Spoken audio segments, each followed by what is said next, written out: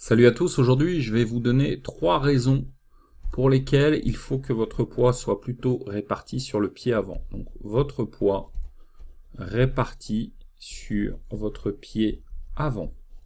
Alors, il faut savoir que l'idéal, quand on pratique le ball trap, quelle que soit la discipline, lorsque vous allez tirer, vous avez votre fusil, vous avez ici votre jambe avant et vous avez ici votre jambe arrière.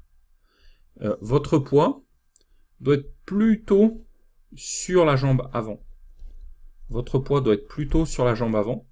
Et je vais vous donner 3 raisons très simples pour vous convaincre que c'est réellement important. Raison numéro 1.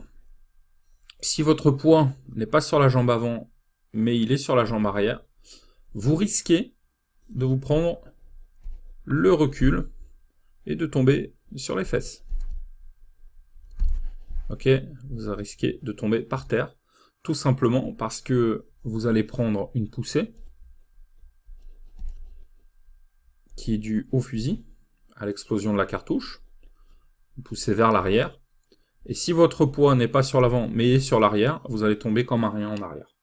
Donc ça, c'est la première chose. La deuxième chose, la deuxième raison qui fait que votre poids doit plutôt être sur votre jambe avant au ball trap, c'est tout simplement parce que ça va permettre à votre tête d'avoir un bon positionnement au niveau de la tête. Je vais vous faire un petit schéma et vous allez comprendre.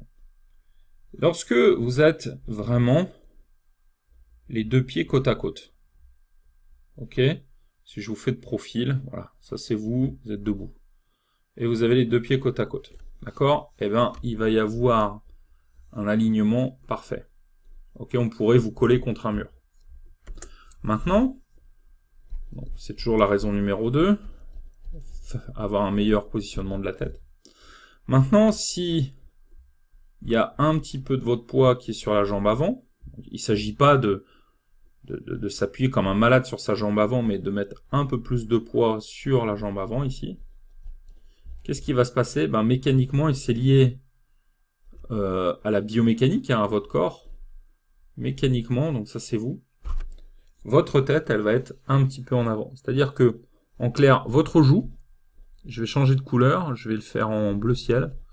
Votre joue, ici, on est bien d'accord, c'est l'endroit que vous allez poser sur la crosse. La crosse, elle va reposer dans 2 endroits sur votre corps, dans le creux de l'épaule, qui va être à peu près là, et dans le creux de la joue, qui est à peu près là. Si vous avez le poids en avant sur la jambe avant, si vous avez votre poids qui est réparti sur la jambe avant, mécaniquement, votre tête, elle ravance un petit peu. En gros, votre joue, elle va dépasser la poche de votre gilet, au lieu d'être pile poil au-dessus. Tout à l'heure, je vous ai expliqué. Si vous êtes vraiment avec le poids, enfin les 2 pieds comme ça, on vous met contre un mur, d'accord? Et votre tête, elle n'est pas du tout en avant et ça va pas être facile d'épauler.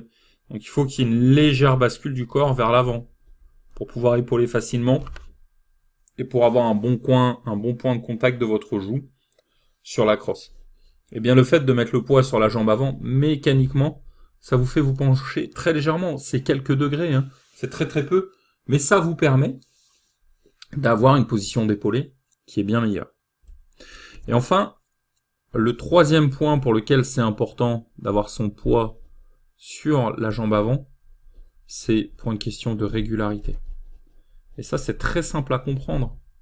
Mais imaginez que, je sais pas, vous tiriez comme ça, et avec une mauvaise position, et vous, je sais pas, vous avez autant de poids, vous êtes en 50-50, voilà, vous tirez comme ça, et vous êtes en 50-50 sur vos 2 jambes.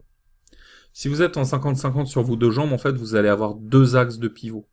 Vous allez avoir la jambe gauche et la jambe droite qui vont vous servir d'axe de pivot.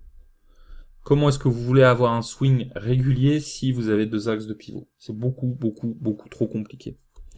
Alors que si le poids est plutôt réparti sur votre jambe avant, donc je refais mon schéma, voilà, vous avez plutôt le poids qui est là sur la jambe avant, mécaniquement ça vous fait prendre quelques degrés, mais très peu, mais juste ce qu'il faut pour pouvoir épauler le fusil. Je vais faire un fusil, je vais faire une barre noire pour schématiser les canons. Donc ça, c'est le fusil. Tac. Et puis, je vais faire vos bras. Tac. Un bras qui tient ici. Ah zut, je voulais refaire du bleu, je suis désolé. J'ai changé de couleur. Tac. Donc vous allez avoir un bras qui vient ici. Puis vous avez le deuxième bras comme ça, quoi. De façon très très schématique. À partir du moment où vous avez la majorité de votre poids ici, encore une fois, il ne s'agit pas d'appuyer comme un malade, etc., mais d'avoir un peu plus de poids sur la jambe avant, eh bien, cette jambe-là, pareil, mécaniquement, ça devient votre seul axe. Enfin, voilà, ça, vous n'allez plus avoir, cette jambe-là, elle va pas servir du tout dans le swing. Vous allez être vraiment sur un seul axe. Et c'est beaucoup plus simple de gérer le pivot de votre bassin. C'est beaucoup plus simple de gérer le pivot de votre bassin pour le swing si le poids il est sur une seule jambe plutôt que sur deux. Donc ça amène de la régularité. Si vous positionnez pas un peu plus de poids sur la jambe avant, vous aurez quasiment jamais de possibilité de devenir un tireur régulier. C'est pour ça qu'il faut que vous fassiez toujours cet effort, lorsque vous vous mettez en place, de vous assurer que vous avez un petit peu plus de poids sur la jambe avant.